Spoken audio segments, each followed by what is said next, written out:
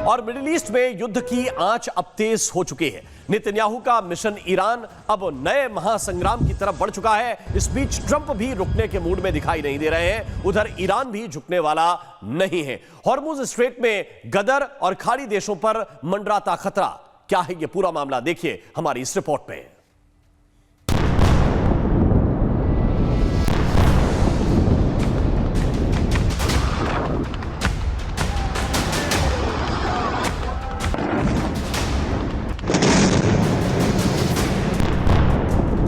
Israel और Iran के बीच तनाव अब खुली टकराव की तरफ बढ़ता दिख रहा है। नेतन्याहू साफ संकेत दे चुके हैं, ईरान के न्यूक्लियर प्रोग्राम को किसी भी कीमत पर नहीं बढ़ने दिया जाएगा।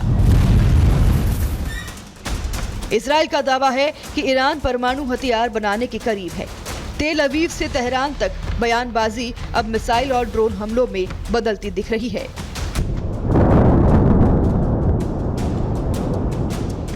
विशेषज्ञ मानते हैं कि अगर ये टकराव सीधा युद्ध बनता है तो इसका असर सिर्फ 2 देशों तक सीमित नहीं रहेगा, क्योंकि अमेरिका भी खुलकर मैदान में उतरा हुआ है।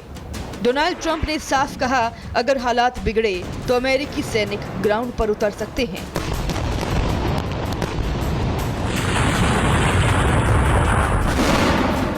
अगर अमेरिका सीधे युद्ध में शामिल होता है तो यह संघर्ष क्षेत्रीय नहीं, वैश्विक रूप ले सकता है।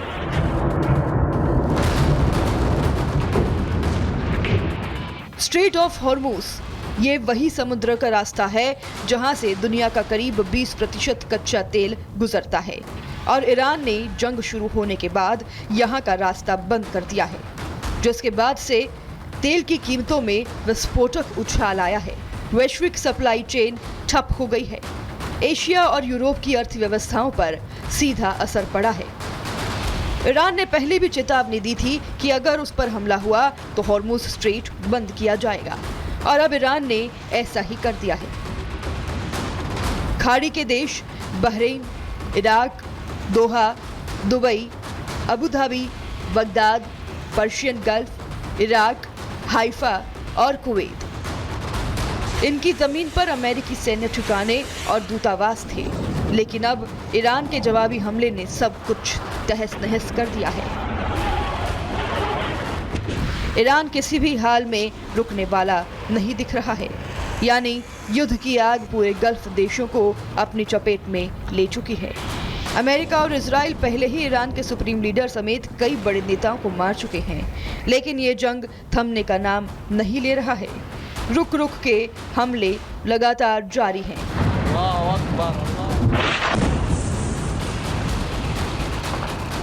रूस यूक्रेन युद्ध पहले से ही जारी है। चीन ताइवान में तनाव भारी है, और अब मिडिल ईस्ट में नई जंग। लेकिन अगर ये 3 बड़े भू राजनीतिक मोर्चे एक साथ खुलते हैं तो वैश्विक अस्थिरता तय है। शेयर बाजार से लेकर कच्चे तेल तक हर सेक्टर में उथल पुथल मचनी तय है। तो सवाल यही कि क्या नेतन्याहू का मिशन ईरान मध्य पूर्व का नक्शा बदल देगा? क्या ट्रंप का ग्राउंड वॉर वाला बयान आग में घी डालने का काम करेगा? और सवाल ये भी कि हॉर्मुज स्ट्रेट से उठी चिंगारी दुनिया को आर्थिक संकट में झोंक देगी? और सबसे बड़ा सवाल, आखिर ये युद्ध कैसे खत्म होगा? Bureau report, Republic Bharat. और मौजूदा स्थिति में क्या हो रहा है ये आपको हम विस्तार से बता रहे हैं, किस तरह से हमले किए जा रहे हैं। आप देखिए इन तस्वीरों के जरिए भी मैं आपको इस वक्त बता रहा हूं किस तरह से यूएस का अटैक कर रहा है, आईडीएफ किस तरह से हमला कर रहा है। ये जरा आप देखिए, दुबई, रियाद, कतर, लगातार हर जगह बमों की बारिश हो रही है। बेरूत, बहरीन, इरबिल, लगातार यहां पर भी मिसाइलें बरसाई जा रही हैं। और किस तरह से यह हमला हो रहा है, कैसे यह पलटवार किया जा रहा है। 700 से ज्यादा ड्रोन से ईरान ने पलटवार किया है, और 200 से ज्यादा जेट से आईडीएफ और यूएसए ने मिलकर हमला किया है। 1200 से ज्यादा मिसाइल ईरान के ऊपर मारी गई हैं, और ईरान ने मिडिल ईस्ट के 500 ठिकानों को अपना निशाना बनाया है, जिसमें मिसाइलों का इस्तेमाल भी किया गया, ड्रोन का इस्तेमाल भी किया गया है। इसके अलावा B-1 बॉम्बर से हमला किया है यूएसए ने, और दूसरी तरफ जॉर्डन में यूएस एयरबेस पर हमला ईरान ने बोला है। यानी दोनों तरफ से वार और पलटवार जारी है। तेहरान निशाने पर है, यूएसए और इजराइल के, और दूसरी तरफ हाइफा पर मिसाइल अटैक किया है ईरान ने। इस्फहान एटमी सेंटर में धमाका किया है यूएसए ने, और दूसरी तरफ यूएई में यूएस के ठिकानों पर अटैक किया गया है। आईआरजीसी के ठिकानों पर लगातार बमबारी जारी है, और दूसरी तरफ यूके और फ्रांस के ठिकानों पर भी ड्रोन अटैक कर दिए हैं ईरान ने। तेहरान में लगातार एक के बाद एक धमाके सुने जा रहे हैं, तो दूसरी तरफ रियाद में मिसाइल अटैक कर दिया है ईरान ने।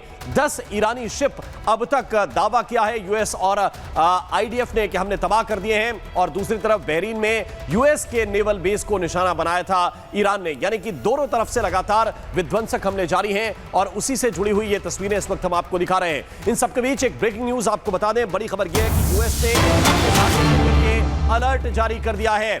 अमेरिकी लोगों को वापस लाने में असमर्थ हैं, ये यूएस ने कहा है। अपने दम पर ही आप लोग इजराइल छोड़ें, यूएस ने ये साफ कहा है। शटल सेवा की मदद से खुद इजराइल छोड़ दें, ये अपने आप में बहुत बड़ी खबर है। यूएस कह रहा है कि आपको अभी निकालने में हम असमर्थ हैं, अपने सूझबूझ से, अपनी ताकत के दम पर आप खुद ही इजराइल छोड़ें और शटल सेवा की इसमें मदद लें। इस वक्त की बड़ी खबर आपको बता रहे हैं, यूएस ने अपने नागरिकों के लिए अलर्ट जारी कर दिया है। जिस तरह से एक के बाद एक लगातार हमले ईरान के हो रहे हैं, ईरान लगातार इजराइल के ऊपर बमों की बारिश कर रहा है, मिसाइल लगातार गिरा रहा है। इसके बाद यूएस ने अपने नागरिकों के लिए यह अलर्ट जारी करते हुए अपने नागरिकों से अपील की है कि वो इजराइल को छोड़ें, लेकिन यह भी साथ साथ असमर्थता जाहिर की है कि अभी आपको निकालने के लिए हमारे पास कोई खास इंतजाम नहीं है, इसलिए अपनी सूझबूझ से और अपनी ताकत के दम पर, यानी कि खुद के बल पर आप ये कोशिश करें कि वहां से किसी तरह से